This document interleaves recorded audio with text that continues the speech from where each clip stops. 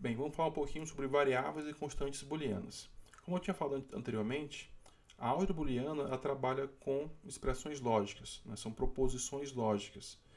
E nesse tipo de proposição, eu só posso ter valores verdadeiros ou falsos, né?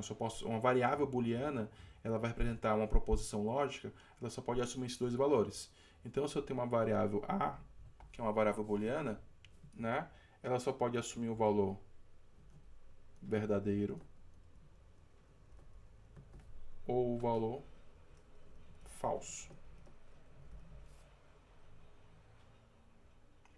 E essas variáveis, né, elas vão ser utilizadas para quê? Vão ser utilizadas para representar as entradas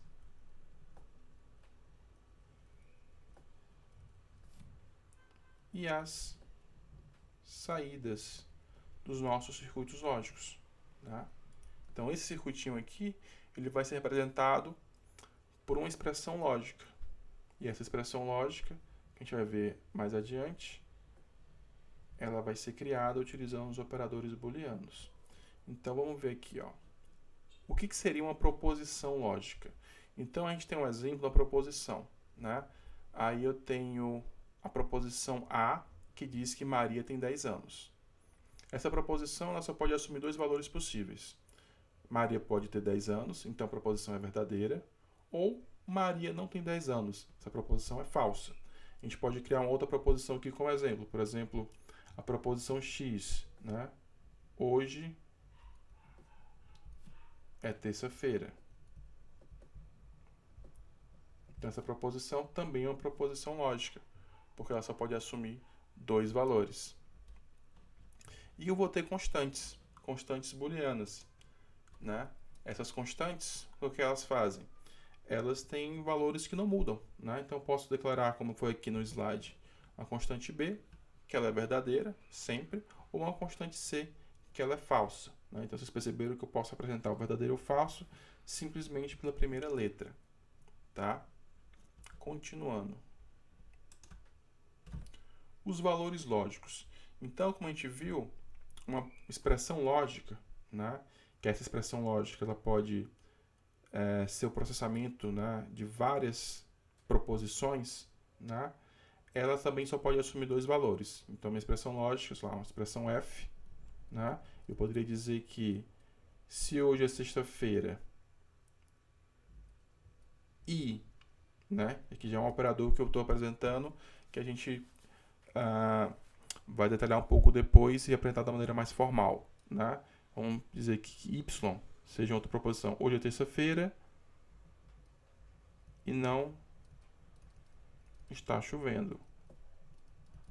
Então, se hoje for terça-feira e não estiver chovendo, então a expressão lógica f vai ser verdadeira e f pode ser algo do tipo tem jogo de futebol.